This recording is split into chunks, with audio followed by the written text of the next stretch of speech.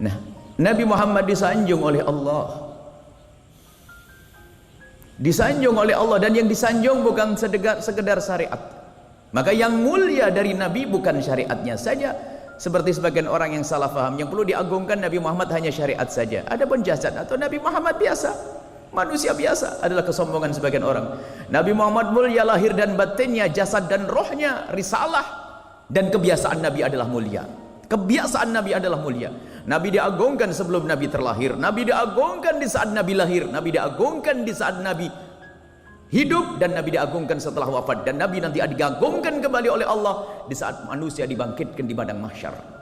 Nabi diagungkan dan diagungkan dari masa ke masa, baik di dunia ataupun di akhirat. Kisah di akhirat adalah kisah yang semua orang tahu, yang mengatakan dirinya adalah ahli iman. Bagaimana namanya syafaat uzma di saat para manusia di padang mahsyar merasakan mengerikan, dahsyatnya padang mahsyar dalam keadaan panas, menakutkan.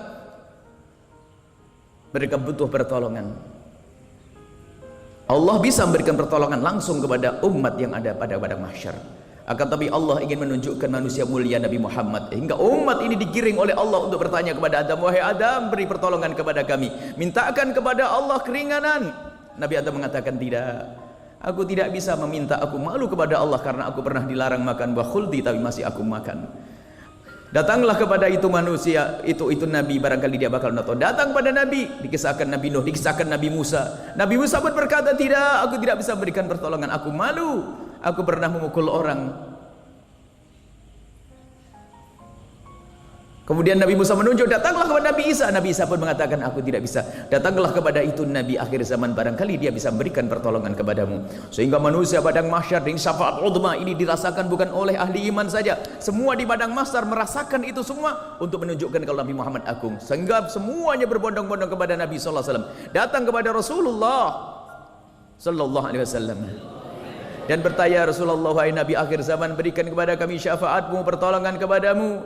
Kemudian Nabi Muhammad lihat keadaan umat seperti itu, Nabi melakukan sujud, dan di saat Nabi sujud diseru oleh Allah, irfa ra'sak was'al tu'ta wasfa'tu syafa', angkat kepalamu, kau minta apa saja akan dikasih. Berikan pertolongan kepada hambamu, kepada umatmu, berikan umat manusia semuanya, berikan pertolongan kepada umat yang ada di padang mahsyar. Kemudian Nabi Muhammad mengangkat kepalanya, dan setelah itu orang di padang mahsyar merasakan sesuatu yang berbeda. Dan ini dirasakan oleh semua, namanya syafaat uzma. Adapun untuk umat Nabi Muhammad, untuk anda semuanya akan mendapatkan syafaat khusus nanti. Ini syafaat uzma. Allah ingin menunjukkan bahasanya ini loh Nabi istimewa, sehingga semua umat dari zaman Nabi Adam sampai akhir zaman melihat keagungan Nabi Muhammad sallallahu alaihi wasallam. Padahal Allah bisa saja memberikan pertolongan secara langsung, keadaan mahsyar diredakan langsung bisa, akan tapi Allah ingin menunjukkan agungnya Nabi Muhammad sallallahu alaihi wasallam. Dan begitulah Nabi Muhammad harus faham. Kita yang tidak faham adalah permasalahan hatinya, tidak bisa melihat keagungan Nabi sallallahu alaihi wasallam. Kalau orang bisa melihat keagungan Nabi, pancaran keagungan Nabi akan tampak di apapun yang ada hubungannya dengan Nabi sallallahu alaihi wasallam. Bagaimana sahabat Nabi sallallahu alaihi wasallam dalam hadis yang diriwayatkan oleh Imam Bukhari, sahabat Nabi itu kalau melihat Nabi, mata nakhama nukhamatan ila wasaqata fi kafi rajulin minhum, Nabi Muhammad tidak membuang dahak kecuali dahak sudah ditangkap oleh sahabat Nabi, kemudian diusapkan di wajah mereka. Bahkan kalau Nabi potong rambut, mereka itu berebut untuk mengambil rambut Nabi dengan dua tujuan. Yang pertama mengambil rambut Nabi untuk maksud kemuliaan, yang kedua adalah agar rambut Nabi tidak jatuh, khawatir diinjak oleh umat. Kemudian riwayat lain Nabi, kalau ada Nabi berwudu, kanu yabtadiruna ala wudu'ihi sallallahu alaihi wasallam. Kalau Nabi melakukan wudu, mereka berebut untuk mengambil percikan air wudunya Nabi sallallahu alaihi wasallam.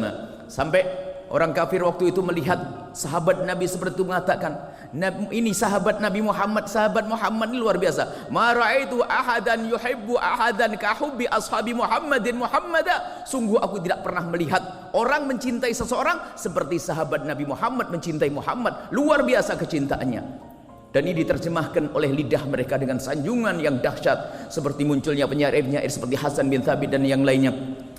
Diterjemahkan dalam perilaku seperti sahabat Abu Bakar As-Siddiq yang membela Nabi di saat perang waktu menuju hijrah. Bagaimana keadaan Sayyidina Abu Bakar As-Siddiq, begitu cintanya kepada Rasulullah sehingga Sayyidina Abu Bakar di saat mengikuti Rasulullah waktu hijrah, perjalanan Abu Bakar, Sayyidina Abu Bakar itu unik. Sesaat ada di depan Sayyidina Rasulullah, sesaat di kanan, sesaat di kiri, sesaat di belakang, sampai Rasulullah bingung, hai Abu Bakar, apa-apaan kau ini, kenapa sesaat kamu ada di depanku, kemudian tiba-tiba kamu berpindah ke belakangku, kemudian kamu berpindah ke kananku, dan sesaat ada di kiriku, wahai Abu Bakar. Sayyidina Abu Bakar menjawab, ya Rasulullah, kebayang di mataku ada musuh dari depanmu, maka aku langsung berada di depanmu. Akan tapi setelah itu aku khawatir ada musuh di belakangmu, maka aku langsung ke belakangmu. Sungguh aku tidak rela jika ada musuh melukaimu. Kalau mereka harus melukai, biar aku dulu yang luka ya Rasulullah. Sallu ala sayyidina